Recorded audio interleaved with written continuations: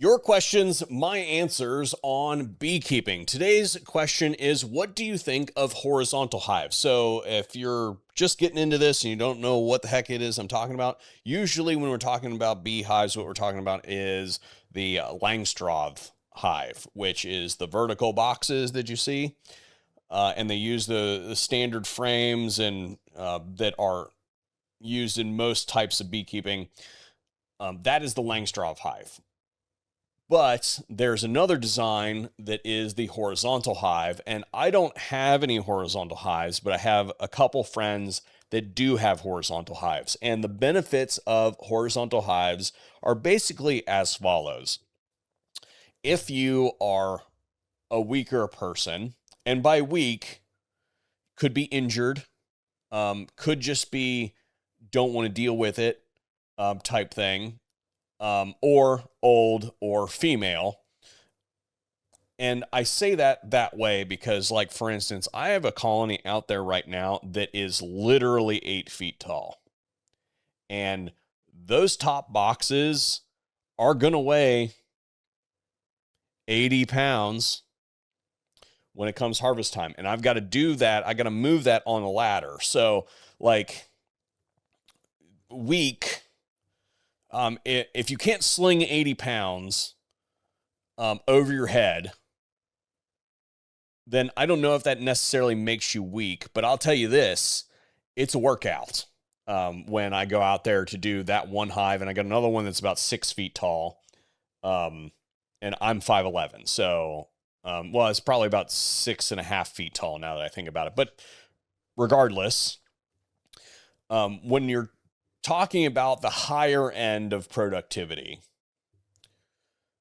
or if you had a bunch left over in the previous year that wasn't capped, like one of mine had to basically overwinter with a whole bunch of stuff on it. So when you're talking about the higher levels of productivity, and we're talking about moving heavy weights over your head, if you're not equipped for that, then horizontal hive may be the thing to do. Now, what I really like about horizontal hive, and why I've considered building one, is it allows for expansion at finer degrees. So basically how it works is you put your colony in there, and let's say you start with a 5-frame colony. They got 5 frames built out. You can, instead of putting a 10-frame in there, now I do know that they make 8-frame boxes, but you can just open up 2 additional frames for them. It allows you to checkerboard to a more consistent degree, more homogeneously across the colony. You know, you can put blank frames towards the entrance or new comb frames towards the entrance for efficiency. Like, there's a whole lot of things that a horizontal hive does better than a Langstroth hive. But what it does not do better is max productivity, because you are limited by the body of the colony that you've produced. So generally speaking, what a lot of folks will do is that it'll have a chamber that's a little bit bigger than a deep frame, so that they can put 2 layers of medium frames for harvest purposes. So two medium frames on top of each other are bigger than a single deep frame. Does that make sense?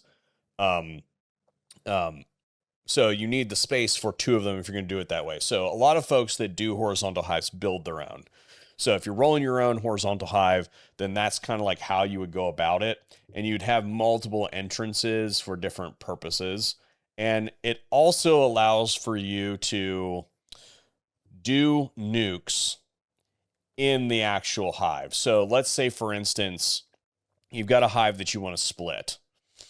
You can move eggs from one section to part of the colony that doesn't have the queen. You can sequester the queen, keep the hive healthy and unwilling to swarm, but do your own split inside the same body.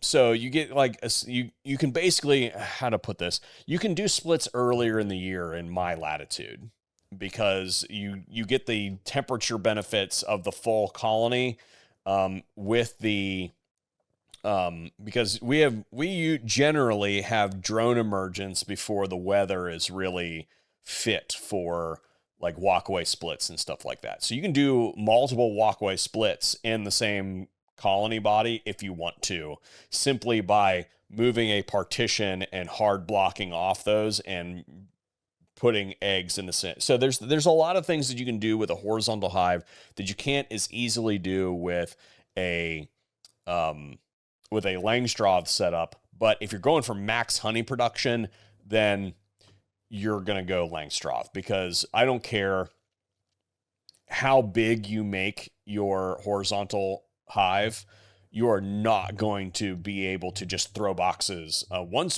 that thing is saturated, that thing is saturated. And it really depends on what your stock is doing. If you've got like my bee yard right now is kind of like all over the place when it comes to productivity. I've got some that are not going to be very productive this year, even though they've overwintered. And I've got other ones that I am literally at the point where I am going to start swapping blanks into that colony. I'm probably going to go out there next week and I'm going to start swapping blanks into that colony and stealing honey out of it and putting it on other colonies for later harvest, just to babysit it, because I'm not adding another box to an 8-foot tall colony. A box needs to come off. I'm just going to rip a box off and put it on another colony and swap blanks in, because it's getting completely out of hand. I only have about another month until our scheduled honey harvest, which is plenty of time for them to fill another box at the rate that they're going. So anyway, the benefits, to reiterate, the benefits of a horizontal hive are for the not strong, was because I don't want to use the term weak again, because I think that I've thoroughly explained what I mean by that. So the not strong, and for the folks that aren't really as concentrated on honey harvest as they are with just the overall productivity. So I think I screwed up my words there. If you want more productivity, if you want more honey, Langstroth. If you want something that's easier to mess with, more functional as far as like the keeping of brood and raising of nukes and stuff like that, then horizontal. Great question.